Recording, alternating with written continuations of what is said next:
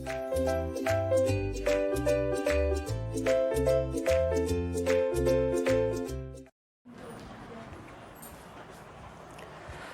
everyone, a very good evening, good morning, good afternoon. Hope everything is going well. This is Ram sir. Welcome to you all in Varna Academy. हम लोग पढ़ रहे थे solubility, है ना बच्चों? Solubility and we were enjoying so lot, क्योंकि solubility में हमने इससे पहले पढ़ा हुआ है। क्या पढ़ा था? Solubility of solid in liquid. जल्दी से रिकैप कर लेते हैं, 2 मिनट लगेगा, ठीक है? बिल्कुल। Solubility of solid in liquid की बात मैं करूं तो इसमें 3 फैक्टर निकल करके आए थे। याद है सभी को? एक प्रेशर था, एक टेम्परेचर था और एक आपका nature of solute and solvent था। नेचर में हम लोगों ने क्या पढ़ा था? If I talk about nature में हम लोगों ने पढ़ा था सॉलिबिलिटी जो होगी सॉलिड की लिक्विड में, है ना, वो नेचर ऑफ सोल्यूट सॉल्वेंट पे कैसे डिपेंड करती है।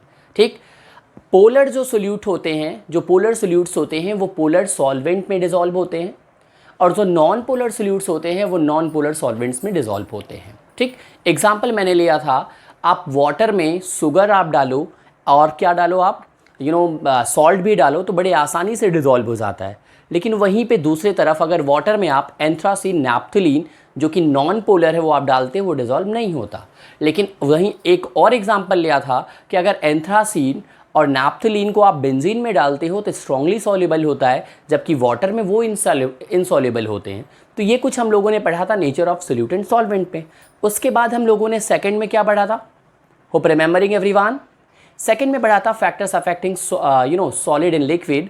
सेकंड था आपका nature of effect of temperature. Effect of temperature में दो चीज़ें निकल करके आई थी, because there are 2 types of reaction, either exothermic or endothermic. If your reaction is exothermic, it means already there is a evolution of heat. अगर heat पहले से ही बच्चों निकल रही है तो फिर क्या हो जाएगा, वहाँ पे टेम्परेचर रिड्यूस करने पे प्रोडक्टिविटी अच्छी आएगी, यानी सॉलिबिलिटी बढ़ेगी। लेकिन अगर रिएक्शन में हीट डिमांडेड है, यानी आपको हीट देना है, तो ऑब्वियसली बेटा आपका वो एंडोथर्मिक है, तो टेम्परेचर बढ़ाने पे ही रिएक्टिविटी बढ़ेगी और सॉलिबिलिटी भी बढ़ेगी। ठीक, और प्रेशर की बात करते हैं तो आपको अच्छे से पता है कि गैस तो हाईली क्या कहते हैं कंप्रेसिबल होते हैं, लेकिन वहीं पे हम लिक्विड और सॉलिड की बात करें तो ये क्या होते हैं बच्चों? हाईली इनकम्प्रेसिबल होते हैं। ठीक, इसलिए प्रेशर का तो कोई इफेक्ट ही नहीं होता है सॉलिड और लिक्विड के ऊपर। ठीक, तो इट वाज इंडिपेंडेंट। तो ये कुछ हम लोगों ने पढ़ा था ए पार्ट के बारे में। ए पार्ट का मतलब था solubility of solid in liquid. अब हम पढ़ने जा रहे हैं बी पार्ट के बारे में। ठीक, बी क्या है हमारा? Solubility of gas in liquid. ठीक, इसको आप जितना इंपॉर्टेंट देना चाहो उतना इंपॉर्टेंट दे सकते हो। ठीक है, बिल्कुल। आप इसको हेडिंग लिखो, इसमें लिख लीजिएगा वेरी वेरी मोस्ट इंपॉर्टेंट। अब आप सोचोगे सर ने इतना वेरी वेरी मोस्ट इंपॉर्टेंट क्यों लगा दिया? इससे ये पक्का हो गया कि ये बोर्ड में आएगा। 100% आप लिख लो, ये बोर्ड में आना तय है। ठीक, अब कैसे आएगा? इसमें बहुत सारे क्वेश्चंस बनने वाले हैं। हेनरी लॉ क्या है, ग्राफ के बारे में। ठीक, और क्वेश्चंस बहुत सारे बनते हैं, न्यूमेरिकल्स आ सकते हैं, एप्लीकेशन आ सकता है। तो ज़रूरी नहीं कि सारा आ जाए, बट कोई ना कोई एक चीज़ मिलेगा, ये मैं गारंटी देता हूँ। चलिए, अब आपको ये इसमें आपके 2 फैक्टर पहले हम पढ़ेंगे। ठीक है, इसमें 3 आपका आएगा, तीनों आ जाएगा। नेचर ऑफ सोल्यूट सॉल्वेंट आएगा, लिखो आप लोग, नेचर ऑफ सोल्यूट सॉल्वेंट। यहाँ पे गैस और लिक्विड की बात हो रही है। ठीक है, सोल्यूट एंड सॉल्वेंट। ठीक, चलिए, नेचर ऑफ सोल्यूट सॉल्वेंट में सबसे पहले ध्यान दो, वो गैसेस बच्चों जो केमिकली रिएक्टिव होती हैं वो हाईली सॉल्युबल होंगी कंपेयर टू वो गैसों, उन गैसों से कंपेयर करो जो गैसेस कम केमिकली रिएक्टिव है या इनर्ट हैं। ठीक, it means gases those who are highly reactive in nature they will be having good solubility in liquid, whereas gases those who are inert in nature or less reactive, they will be insoluble or slightly soluble in liquid. ये आपका होगा, तो लिख लीजिएगा chemically reactive, chemically reactive gases will have good solubility,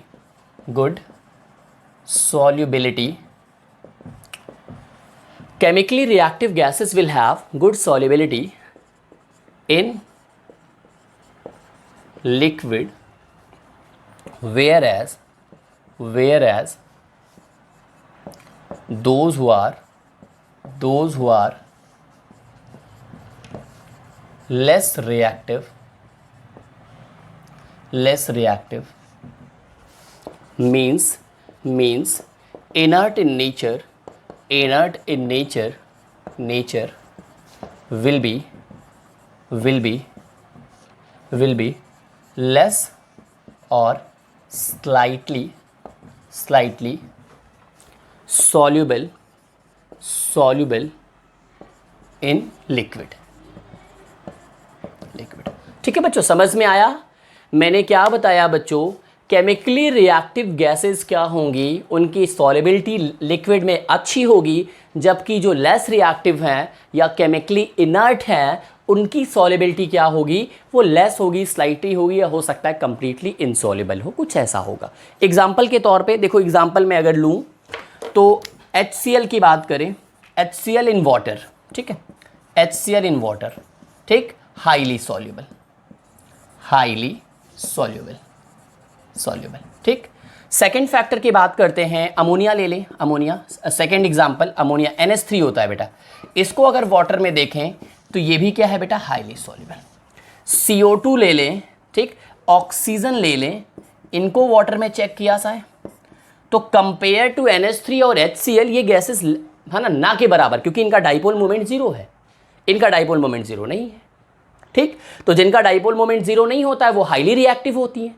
तो बेटा ये HCl और NH3 बहुत रिएक्टिव है, इसलिए देखो अच्छा यहाँ पे बॉन्डिंग भी, हाइड्रोजन बॉन्ड भी बना लेगा, HCl भी बना लेगा, बिल्कुल कोई दिक्कत नहीं है, ठीक। तो HCl NH3 बेटा ज़्यादा आपका सॉल्युबल है क्योंकि ये रिएक्टिव है, क्योंकि इनका dipole moment does not equals to zero है, जबकि इनका डाइपोल मोमेंट जीरो है। ये लेस रिएक्टिव है, ये इनर्ट है, इसलिए ये लेस सॉल्युबल होंगी, ठीक। अगर हम बात करें यहाँ पे भी वाटर, तो आप लिख लो यहाँ पे स्लाइटली सॉल्युबल,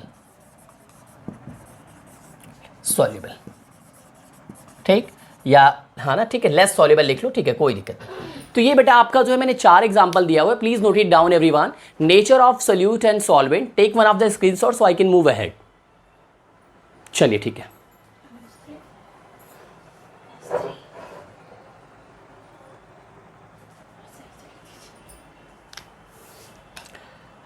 NH3, ठीक है। चलो बच्चों, नेक्स्ट हम बात करते हैं, आगे बढ़ते हैं, ठीक है, बहुत बढ़िया, हो गया, ओके। सेकंड फैक्टर, पहला फैक्टर हम लोगों ने पढ़ा nature of solute and solvent, समझ में आया?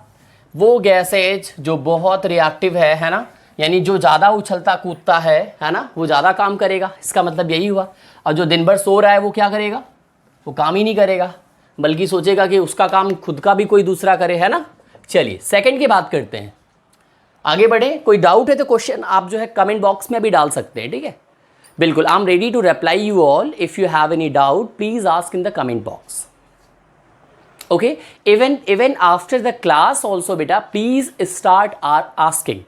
And one more thing, if I'm working for you people, please keep supporting. That is also equally important. Okay? So moving ahead for the second factor, effect of temperature. Next है आपका effect of temperature. कुछ ज़्यादा ही serious चल रहा हूँ, क्यों भाई? Daily class से, हाँ, ऐसा तो नहीं है, हाँ, का कमेंट बॉक्स में आंसर दो भाई, कुछ ज़्यादा तो नहीं है। चलिए, इफेक्ट ऑफ टेम्परेचर, क्या लिख दिया, टेम्परेचर, लो, तुम लोग से बात करने के चक्कर में गड़बड़ी हो गया, ठीक है, कोई बात नहीं। देखो आप ध्यान दो, डिसोल्यूशन की बात करें, अब यहां पे डिसोल्यूशन टर्म ले रहे हैं, डिसोल्यूशन, अब यहां पे डिसोल्यूशन किसकी बात हो रही है, gas in liquid, gas in liquid की बात हो रही है, ध्यान देना। Dissolution is an exothermic process, याद रखना, गैस का लिक्विड में डिसॉल्व होना 100% ये क्या है बच्चों, गैस का लिक्विड में डिसॉल्व होना 100% ये एक्सोथर्मिक रिएक्शन होता है। और आपको मैंने बताया हुआ है जो भी रिएक्शंस एक्सोथर्मिक इन नेचर की होती हैं, है ना, जो रिएक्शंस एक्सोथर्मिक इन नेचर की होती हैं बच्चों, वो आपका उसमें टेम्परेचर डिक्रीज करने पे ही सॉल्युबिलिटी बढ़ती है। तो आप टेम्परेचर दोगे, जैसे ध्यान दो, आपने देखा होगा कोल्ड ड्रिंक वगैरह में, है ना, गैसेस वहां पे आप कभी क्या होता है, अगर बड़ी तेजी से सेक करके खोलते हो तो बड़ी तेज ऊपर जाता है, वो है क्या, वो एक्चुअली में डिसॉल्व्ड गैसेस है ना, उनको बहुत प्रेशर देकर के उनको डिसॉल्व किया गया है, जबरदस्ती पकड़ पकड़ के उसमें डाला गया है, ठीक है। तो कहने का मतलब क्या हुआ, जो आपका डिसोल्यूशन है, डिसोल्यूशन का मतलब ध्यान देना, क्योंकि सॉलिड इन लिक्विड भी डिसोल्यूशन होता है, इसलिए मैंने लिख दिया gas in liquid is an exothermic process, okay. That is why, ठीक है, पूरा लिख देता हूं, that is Y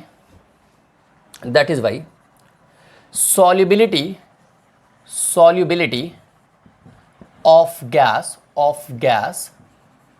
in liquid increases. That is why solubility of gas in liquid increases on decreasing temperature.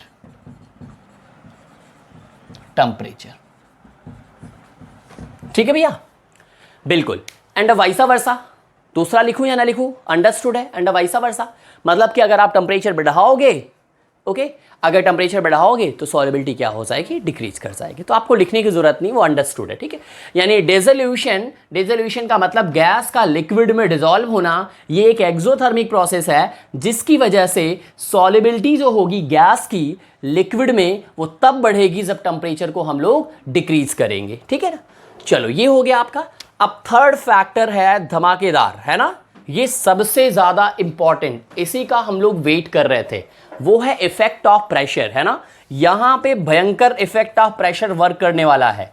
Effect of pressure, ऐसा क्यों, यहां पे ही क्यों प्रेशर की बात चलने वाली है, और कहीं पे बात नहीं हुई, ठीक। तो ध्यान दो बेटा, आप लोग हेडिंग डाल दीजिएगा, हेनरी लॉ, ठीक, बिल्कुल, आप लोग हेडिंग डालिएगा हेनरी लॉ, ओके। हाँ, सब लोग हेडिंग बेटा हेनरीज लॉ, ठीक है, हेनरीज लॉ, आप लोग हेडिंग डालिएगा हेनरीज लॉ, क्योंकि यहां पे आपका इफेक्ट ऑफ प्रेशर में हम लोग यही स्टडी करने वाले हैं, ठीक है। देखो, गैस क्या होता है बेटा, हाईली कंप्रेसिबल इन नेचर के होने के कारण यहां पे effect of pressure strongly work करेगा।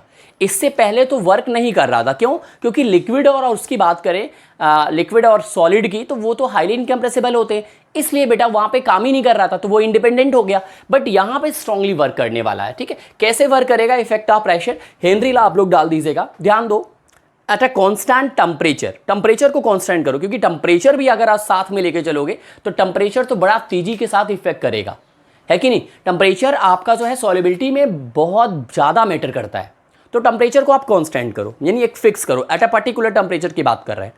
अब आप क्या कर रहे हो, प्रेशर बढ़ा रहे हो, ठीक है, क्या कर रहे हो, प्रेशर बढ़ा रहे हो गैस के ऊपर, ठीक है। तो आप बताओ, गैसेज ज्यादा डिसॉल्व होंगी, गैसेज ज्यादा डिसॉल्व होंगी कहां पे, लिक्विड में, है कि नहीं। यानी प्रेशर बढ़ाने पर सॉल्युबिलिटी गैस की लिक्विड में ज्यादा होती है, ठीक। जितना कम प्रेशर रखोगे उतना कम आपका जो है सॉल्युबल होगा गैस। जैसे बॉटल्स आर, जैसे कोल्ड ड्रिंक की बात करें, सॉफ्ट ड्रिंक जो होते हैं, bottles are sealed under high pressure for the maximum solubility of gas in liquid. समझ में आया। अब ध्यान दो, हम क्या बात कर रहे हैं, किसी एक गैस का, तो एक गैस के टर्म में हम क्या बोलते हैं, पार्शियल प्रेशर बोलते हैं, यानी individual pressure of gas is known as partial pressure. और टोटल प्रेशर क्या होता है, sum of individual pressure of each gases present in a mixture is known as total pressure. यही तो है ना, जो इंडिविजुअल प्रेशर होता है गैसेस का सबका क्या करो, ऐड कर दो तो टोटल प्रेशर निकल आता है, ठीक। तो हम पार्शियल प्रेशर की बात कर रहे हैं, तो आपका डेफिनेशन क्या बनेगा इफेक्ट ऑफ प्रेशर में, लिखिएगा according to ठीक, अकॉर्डिंग टू हेनरीज लॉ, ठीक है, या दिस कर लो, ठीक है, हेनरीज तो लिखा ही है, अकॉर्डिंग टू दिस लॉ, ठीक, at constant temperature, at constant temperature, at constant temperature, solubility of gas in liquid, okay, at constant temperature solubility of gas in liquid increases on increasing pressure, which means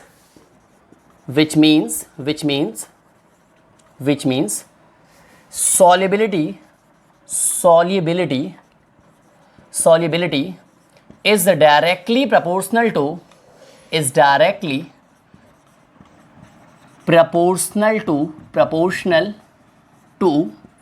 which means solubility is directly proportional to partial pressure of gas,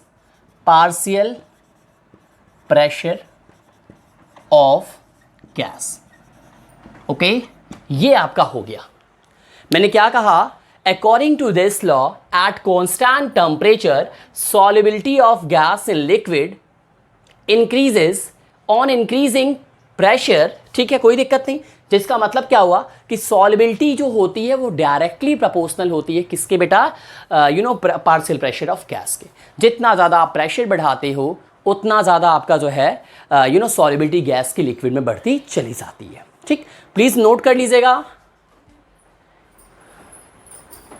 okay, चलिए note हो गया, बहुत बढ़िया। अब हम आगे बढ़ते हैं।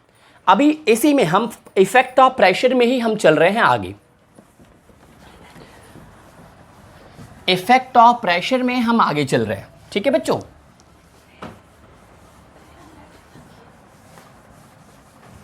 चलिए,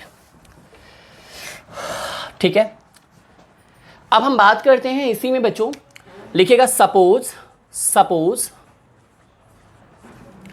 small m is the solubility of gas in liquid and its partial, एक second, and its partial pressure is P, ठीक। then according to Henry law, according to Henry's law क्या हो जाएगा बच्चों, small m is directly proportional to P, है कि नहीं, बोलो भाई। अब हम अगर अकॉर्डिंग टू हेनरीज लॉ यहाँ पे लेके आए भाई, अगर हम स्मॉल m को सॉल्युबिलिटी ऑफ गैस मान रहे हैं लिक्विड में और इसका पार्शियल प्रेशर मैंने कैपिटल P मान लिया, तो हेनरीज लॉ के अकॉर्डिंग क्या हो जाएगा, small m is directly proportional to P, क्योंकि हमने बताया था आपको। ठीक, तो small m is equal to क्या हो जाएगा, KHP। ठीक, ये इक्वेशन फर्स्ट मान लो, ठीक है। if we measure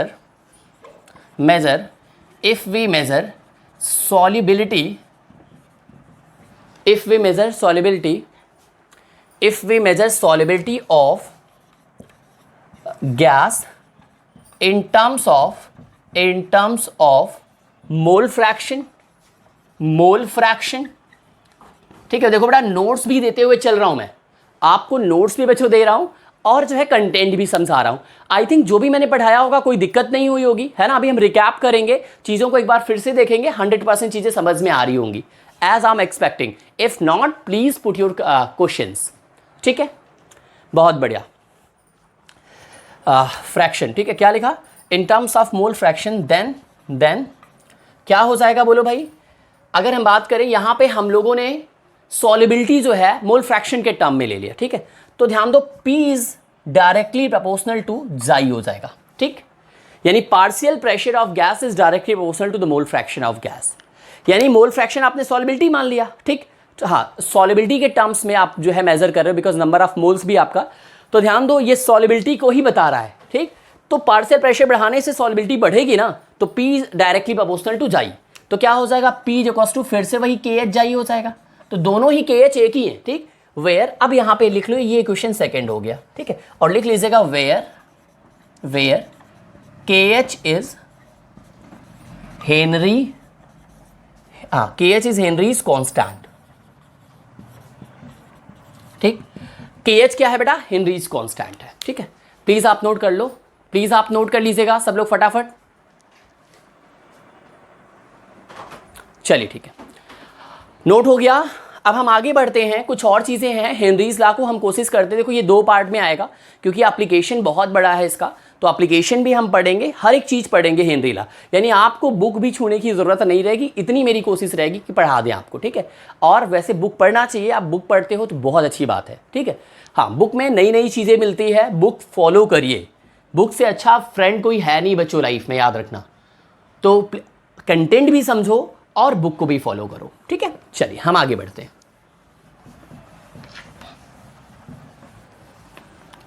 नेक्स्ट हम बात करते हैं बच्चों, ठीक है, ये जो KH है ना, ठीक है, KH की बात करें, KH is the Henry constant, value of KH,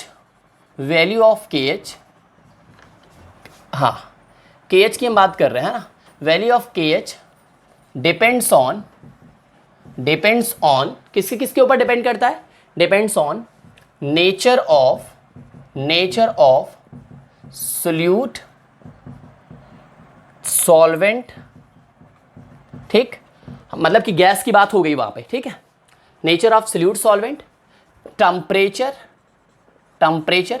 and unit of pressure, क्योंकि प्रेशर की भी यूनिट अलग अलग होती है, एंड यूनिट ऑफ प्रेशर, ये 4 चीजें आपको ध्यान देना है, ठीक। क्लियर है, ठीक है ना। Value of KH depends on nature of solute solvent and exactly temperature and unit of pressure, इतने सारे फैक्टर्स के ऊपर डिपेंड करता है बच्चों, ठीक है, KH की वैल्यू। हो गया। चलिए अब ध्यान दो, फ्रॉम इक्वेशन सेकेंड, क्या है सेकेंड बताओ भाई, क्या है सेकेंड भाई, P इक्वल्स टू KH जाई, कुछ यही है ना। आप यहां पे क्या रख सकते हो, यहां पे अप्लाई करो, y is equals to mx plus c, तो ठीक है, इंटरसेप्ट है नहीं, कोई दिक्कत नहीं, y एक्सिस x एक्सिस और ये स्लोप, ठीक है। तो एक ग्राफ यहां पे मिल रहा है ना भैया, ठीक है। ये आपका जो है इंटरसेप्ट है, तो इंटरसेप्ट तो है ही नहीं है क्योंकि यहां पे देखो है ही नहीं, प्लस कुछ है, ठीक है। तो क्या हो जाएगा ग्राफ हमारा, इफ वी प्लॉट, चलो आप लोग यहां पे लैंग्वेज लिख लो, if we plot a graph between, ठीक है। अगर हम एक ग्राफ प्लॉट करें बेटा, किसके बीच में ग्राफ प्लॉट हो रहा है बोलो भाई, between mole fraction small m रखते हैं, ठीक है, मोल fraction and partial pressure of gas, then we obtained a straight line, okay, which indicates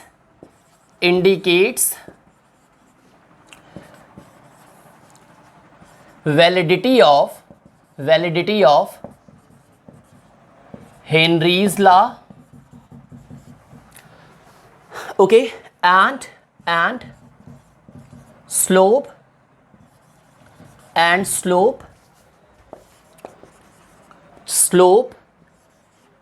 tells about Henry's constant, है ना, tells about KH, ठीक। बेटा ध्यान दो, मैंने आज ज़्यादा लिखवाया है क्योंकि सारा ये इसमें नोट्स भी आपको बनाना है, इसलिए मैंने जो है लिखवाया है, ठीक है। समझिएगा बच्चों, अगर हम लोग यहाँ पे एक ग्राफ ड्रॉ करें, किसके बीच में, ध्यान दो, if we plot a graph between mole fraction and partial pressure of gas, अभी हम ड्रॉ करने जा रहे हैं, तो देखो यहाँ पे पॉजिटिव ही स्लोप नजर आ रहा है, ठीक है। अगर हम बात करें तो ये के एच है ना, तो ये माइनस में तो है नहीं, प्लस में है, तो पॉजिटिव स्लोप नजर आ रहा है। तो ध्यान दो, then we obtained if we plot a graph between mole fraction and partial pressure of gas, then we obtain a straight line which indicates validity of Henry law। मतलब इसका ये हो गया बच्चों कि जितना ज़्यादा आप प्रेशर बढ़ाओगे उतना ज़्यादा गैसेस सॉल्युबल होती चली जाएंगी। लेकिन इसमें भी एक आपको चीज़ जानना पड़ेगा, वो क्या है मैं आपको बता दूँ, ठीक है। जब ध्यान दो एक ऐसी स्टेज पहुँच जाए कि जितना आपकी गैसेस सॉल्युबल हो रही हैं उतनी गैसेस जो है लिक्विड से बाहर चली जा रही हैं, ठीक। तो रेट ऑफ डिजॉल्विंग और क्या कहते हैं, इवॉल्विंग, दोनों क्या हो जाए, सेम हो जाए, है ना, जिस प्रेशर पे, उसी को हम कहते हैं इक्विलिब्रियम। उसको हम क्या कहते हैं, इक्विलिब्रियम। तो ध्यान दो, किसी एक पर्टिकुलर प्रेशर तक, है ना, किसी एक पर्टिकुलर प्रेशर तक बच्चों, वो आपका इक्विलिब्रियम जो है आपका जब आ जाएगा तो उस पर्टिकुलर प्रेशर पे क्या हो जाएगा, सॉल्युबिलिटी वहाँ पे रुक जाएगी। फिर से समझाता हूँ मैं, आपने प्रेशर बढ़ाया, आपके पास लिक्विड है, ठीक है, और गैस डिजॉल्व हो रही है, तो उस लिक्विड की कैपेसिटी होगी, तो एक समय ऐसा आएगा कि प्रेशर आप बढ़ाओगे सॉल्युबल ही नहीं होंगी, क्योंकि यानी कंसंट्रेशन गैस का लिक्विड में एकदम फुल हो चुका है, ठीक। तो जब उस स्टेज पे यानी आपका जब गैस का जाना और गैस का लिक्विड से बाहर निकलना, ये दोनों क्या हो जाए, बराबर हो जाए, तब उसको हम लोग क्या बोलते हैं, इक्विलिब्रियम। तो वहां तक मैक्सिमम सॉल्युबिलिटी होती है बेटा आपकी गैस की लिक्विड में। तो वहां तक के लिए ये रूल है कि प्रेशर, है ना, यानी कहने का मतलब solubility of gas in liquid is directly proportional to the partial pressure of gas. ऐसा नहीं है कि आप बस प्रेशर बढ़ाते जाओ और गैस डिजॉल्व होती चली जाएगी, नहीं। तो ये चीज हो गया बच्चों। अब यहां पे एक अभी हम ग्राफ इसके बाद बना रहे, यूनिट लिख लो, unit of pressure,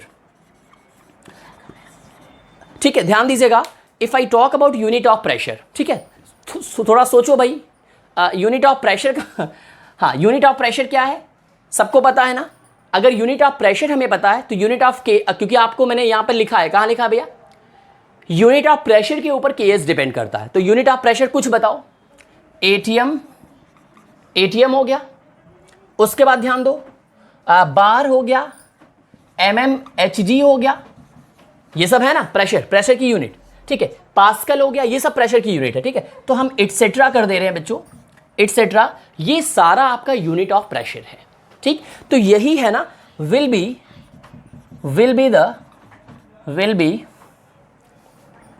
the unit of KH also, ठीक। तो KH की यूनिट क्या होगी, यूनिट ऑफ प्रेशर होगा। KH की यूनिट क्या होगी, यूनिट ऑफ प्रेशर होगा। अब प्रेशर की यूनिट है एटीएम, बार, एमएमएचजी, टॉर, पास्कल, ये सारा आपका होता है। तो जो KH की यूनिट, सॉरी प्रेशर की यूनिट होगी, वही KH की भी यूनिट हो जाएगी। तो हमने यूनिट बोल दिया। अब ग्राफ हम अगले स्लाइड में लेते हैं, प्लीज इसको तब तक नोट करिएगा आप लोग, please note it down everyone. Okay, you all have noted down, very good, very good. So moving ahead for the next thing, you know graph. Now graph is very very important. अब हम graph के लिए बेटा move करते हैं। इतना आप लोगों ने लिख लिया होगा, होप नोट्स भी बन रही होगी, पेन कॉपी के साथ आप सभी बैठे होंगे, ठीक है। अगर मैं फास्ट जा रहा हूं तो प्लीज़ आप लोग कमेंट बॉक्स में डाल दीजिए, ठीक है। मैं निश्चित तौर पे इसको भी देखूंगा, क्योंकि ऐसा तो नहीं है कि बच्चे हमारे समझने में अनेबल है, ठीक। तो हम लोग यूनिट तक पहुंच चुके हैं। ग्राफ देखते हैं बेटा। हमारा ग्राफ क्या था बोलो भाई, इक्वेशन हमारा था, you know, P equals to KH जाई, ठीक। तो Y equals to MX plus C तो है नहीं, ठीक है। देखो भाई, ये हो गया Y एक्सिस का मतलब कौन हो जाएगा, P, ये हो जाएगा पार्शियल प्रेशर, ठीक। और X एक्सिस पे कौन है, जाई, ये हो गया जाई यानी मोल फ्रैक्शन, ठीक है। नोट कर लिया, हाँ, नोट करते हुए चलिएगा साथ में। अब ध्यान दो, स्ट्रेट लाइन है, ठीक है। चलो ये स्ट्रेट लाइन आ गई। क्यों स्ट्रेट लाइन है, क्योंकि दोनों ही डायरेक्टली प्रोपोर्शनल है, आपको पता है, ठीक। ये बढ़ेगा तो ये बढ़ेगा, ठीक है, अप टू इक्विलिब्रियम तक। और ध्यान दो, ये स्लोप हो गया, तो ये स्लोप का क्या है भैया, स्लोप वैल्यू है आपका KH, ठीक है। तो के एच मतलब is equal to tan theta, ठीक, परपेंडिकुलर अपॉन बेस हो जाएगा ना, परपेंडिकुलर अपॉन बेस, ठीक। तो परपेंडिकुलर आपका ध्यान दो, ये आपका पी अपॉन, अगर हम बात करें टैन थीटा तो परपेंडिकुलर अपॉन बेस, तो कौन है, K H is equal to क्या होता है, पी अपॉन जाई, देखो सेट हो रहा है कि नहीं, ये पी अपॉन जाई हो जाएगा। आप देख लो, अगर मैं के एच की वैल्यू लूँ यहाँ से तो K H is equal to P upon जाई, राइट, और यहाँ पे भी सेट हो रहा है K H is equal to tan theta is equal to base, sorry perpendicular upon base. तो ये हो गया आपका ग्राफ, और ये ग्राफ इंपॉर्टेंट है। अब एक नोट पॉइंट लिख लीजिएगा, ठीक है, नोट पॉइंट रिलेशन के बारे में। के एच जो होता है बेटा, के एच, ठीक है, ध्यान दो, ऐसे करो, टेम्परेचर जो होता है वो डायरेक्टली प्रोपोर्शनल होता है किसके, के एच के, और के एच जो होता है वो इनवर्सली प्रोपोर्शनल होता है किसके, सॉल्युबिलिटी, या इसी को आप क्या बोल सकते हो, या फिर मोल फ्रैक्शन। ये पूरा निचोड़ मैंने बता दिया, ठीक। और ये कहानी कहाँ हो रही है, ये कहानी कहाँ हो रही है, एट अ पर्टिकुलर प्रेशर। ये लिख लो, इसको मैं समझा देता हूं, ठीक है, ये आप लिख लीजिएगा, इसको मैं समझा देता हूं, ठीक है। पर्टिकुलर प्रेशर पे क्या होगा, ध्यान दो, टेम्परेचर डायरेक्टली प्रोपोर्शनल है के एच के, यानी टेम्परेचर बढ़ाने से, कांस्टेंट टर्म है वैसे भी आपको पता है, ठीक है, टेम्परेचर बढ़ाने से सॉल्युबिलिटी रिड्यूस होती है। क्यों रिड्यूस होती है, क्योंकि सॉल्युबिलिटी गैस की लिक्विड में कैसा प्रोसेस है, बोलो, एक्सोथर्मिक है, राइट और नॉट। तो टेम्परेचर बढ़ाने से सॉल्युबिलिटी क्या हो रही है, बताओ मुझे, रिड्यूस हो रही है। आप यहां से देखो ना, कहाँ गया, ठीक है, आपको बताया ना, डिसोल्यूशन क्या है, एक्सोथर्मिक प्रोसेस है। तो टेम्परेचर बढ़ाने से सॉल्युबिलिटी घटी, और अगर सॉल्युबिलिटी घटी तो केएच क्या हुआ, केएच बढ़ा कि घटा, केएच बढ़ा। आप देख लो, सॉल्युबिलिटी यहां पे एक्स के टर्म में रिप्रेजेंट कर रहे हैं ना, इसको इधर लेके आए तो 1 अपॉन में जाएगा कि नहीं, यहां देखो, इसको ऐसे तो लिखेंगे P अपॉन के एच, एट पर्टिकुलर प्रेशर की बात कर रहे हैं, जो कॉस टू जाई। तो इसमें रिलेशन क्या आ रहा है, इनवर्सली आ रहा है कि नहीं आ रहा है। आपने टेम्परेचर बढ़ाया, ठीक, अगर टेम्परेचर बढ़ाया तो जाई की वैल्यू क्या हो गई, कम हो गई, यानी सॉल्युबिलिटी कम हो गई, तो के एच ऑब्वियसली क्या होगा, बढ़ेगा। तो के एच कैसा है, इनवर्सली प्रोपोर्शनल है। तो बड़ा टेम्परेचर बढ़ाने से सॉल्युबिलिटी कम होती है, यानी मोल फ्रैक्शन कम होता है, और आपको पता है सॉल्युबिलिटी घटेगी तो के एच बढ़ेगा, इसलिए टेम्परेचर बढ़ाने से के एच बढ़ता है। तो at a particular pressure temperature is directly proportional to K H. Clear हुआ कि नहीं भैया, बताओ। टेम्परेचर बढ़ाने से ये घटेगा, वो भी घटेगा, क्यों, क्योंकि एक्सोथर्मिक है, ठीक है ना, बिल्कुल। अब एक्सोथर्मिक क्यों है, सोच रहे होंगे कुछ लोग, है ना, ध्यान दो, यहाँ पे जब फोर्स ऑफ अट्रैक्शन बनता है, जब भी नया फोर्स ऑफ अट्रैक्शन, ऐसे एड्जॉर्प्शन आप आगे चल के पढ़ोगे, why it is an exothermic process.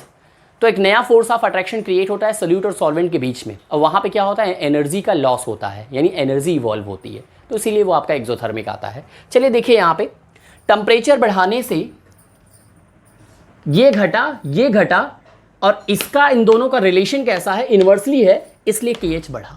तो K H is directly proportional to temperature and inversely proportional to solubility. अगर हम बात करें 3 गैस ले, कोई भी 3, नाइट्रोजन, ठीक है, ऑक्सीजन और आपका HCl ले लें, ठीक है, तो HCl का के एच क्या होगा, सबसे लो होगा, ठीक, क्यों, इसका सबसे लो होगा क्योंकि ये सबसे ज़्यादा सॉल्युबल है। फिर ऑक्सीजन का होगा, फिर नाइट्रोजन का के एच सबसे ज़्यादा होगा क्योंकि सबसे कम सॉल्युबल नाइट्रोजन है, फिर ऑक्सीजन है, फिर आपका ये है, ठीक है। तो ये चीज़ है। नाइट्रोजन ऑक्सीजन में थोड़ा रिएक्टिव कौन है, नाइट्रोजन इनर्ट गैस होता है ट्रिपल बॉन्ड पाया जाने के कारण। At room temperature N2 gas is acting like a inert gas, ठीक। तो प्लीज़ इसको बेटा नोट कर लो, ये भी एक इंपॉर्टेंट पॉइंट है, ठीक है। तो ये एक एग्जाम्पल है, बट इसको आप मत लिखो, ठीक है, इतना ही लिख लो। नोट कर लिया, बहुत बढ़िया। चलिए अब हम बात करते हैं लास्ट एक और चीज़, यहीं पे एक क्वेश्चन ध्यान दो, इंपॉर्टेंट क्वेश्चन है, एप्लीकेशन हम लोग अगले उससे करेंगे, ठीक है। वो क्वेश्चन कौन सा है, ठीक, why aquatic species feel more comfortable in cold water rather than in warm water. Why aquatic species feel more comfortable in cold water rather then in warm water? इसका आंसर आप लोग कमेंट बॉक्स में अभी डाल सकते हो तो डालो, नहीं तो वीडियो के बाद आपको डालना है और फिर अगले लेक्चर में हम इसका आंसर आपको बताएंगे, प्लस एप्लीकेशन ऑफ हेनरी ला हम आपको बताएंगे। ठीक, चीज़ों को रिकैप करते हैं जल्दी से। आज मैंने क्या स्टार्ट किया था? Solubility of gas in liquid. इसमें हम लोगों ने 3 फैक्टर के बारे में पढ़ा। पहला था nature of solute and solvent, उसमें हम गैस की बात की, नेचर ऑफ गैस के बाद में वो गैसेस जो हाईली रिएक्टिव थी, केमिकली रिएक्टिव थी, वो हाईली सॉल्युबल थी किसमें बेटा? सुटेबल सॉल्वेंट में। ठीक, और ध्यान दो वो गैसेस जो केमिकली इनर्ट थी, लेस रिएक्टिव थी, ठीक, वो क्या थी? लेस सॉल्युबल थी, स्लाइटली सॉल्युबल थी या इनसॉल्युबल थी। ये हमने पढ़ा फैक्टर नंबर 1 में। फैक्टर नंबर 2 की बात करें, एग्जाम्पल भी मैंने लिया था, आपको बताया था। फैक्टर नंबर 2 डिसोल्यूशन पढ़ा, यानी टेम्परेचर की बात किया, इफेक्ट ऑफ टेम्परेचर। आपको पता है डिसोल्यूशन मतलब गैस का लिक्विड में डिसॉल्व होना, गैस का लिक्विड में डिसॉल्व होना, ये भी डिसोल्यूशन है। गैस जब लिक्विड में डिसॉल्व होता है ये हमेशा एक्सोथर्मिक ही होता है। तो एक्सोथर्मिक का मतलब हो गया बच्चों, एक्सोथर्मिक का मतलब ये हो गया कि on raising temperature solubility of gas in liquid decreases, on decreasing temperature only the solubility will be high. तो ये हो गया हमने पढ़ा। नेक्स्ट हमने पढ़ा effect of pressure. Effect of pressure के बारे में क्या था बोलो भाई? इफेक्ट ऑफ प्रेशर के बारे में ढेर सारी चीज़ें हम लोगों ने पढ़ी, है ना। हेनरी लॉ आ गए, डायरेक्टली प्रोपोर्शनल होता है पार्शियल प्रेशर मोल फ्रैक्शन के। ठीक, ध्यान दो, पार्शियल प्रेशर यानी m is directly proportional to p भी मैंने माना। अगर m को आप KH के जाई के टर्म में आप मेजर करते हो, यानी सॉल्युबिलिटी ऑफ गैस आप मोल फ्रैक्शन के टर्म में मेजर करते हो, तो p is directly proportional to जाई। आप प्रोपोर्शनैलिटी कांस्टेंट हटाए तो KH आया, KH was the Henry constant, it was the Henrys constant. तो हम लोगों ने अच्छे से पढ़ा इसके बारे में। KH की वैल्यू किसके ऊपर डिपेंड करती है? नेचर ऑफ सोल्यूट, सॉल्वेंट, और किसके ऊपर डिपेंड करती है? 2 और फैक्टर है, टेम्परेचर और यूनिट ऑफ प्रेशर। KH की यूनिट क्या होती है? जो यूनिट ऑफ प्रेशर होती है। हमने देखा ATM बार, mmHg है ना, CmHg, ये सब आपका हमने देखा, हेनरी कांस्टेंट। ठीक है, तो बेटा ये सारी चीज़ें हम लोगों ने KH के बारे में पढ़ा। हमने ग्राफ भी देखा, ग्राफ में भी हम लोगों ने क्या पाया कि डायरेक्टली प्रोपोर्शनल है। वैलिडिटी के बारे में पता लगाया, KH क्या होता है? हेनरी हेनरी कांस्टेंट के साथ साथ वो स्लोप की वैल्यू भी बता देता है। ठीक, कैसे आता है? परपेंडिकुलर अपॉन बेस मैंने करके दिखाया आपको। और हम लोगों ने क्या जाना बोलो भाई? ठीक है, उसके बाद हम लोगों ने क्या जाना? KH is directly proportional to temperature and temperature is inversely proportional to solubility और मोल फ्रैक्शन ऑफ गैस। ठीक, एक क्वेश्चन मैंने दिया है, इसको आप खुद से करिएगा। So thank you so much dear children, will meet you in the next video with the new content. Please keep supporting everyone. Thank you.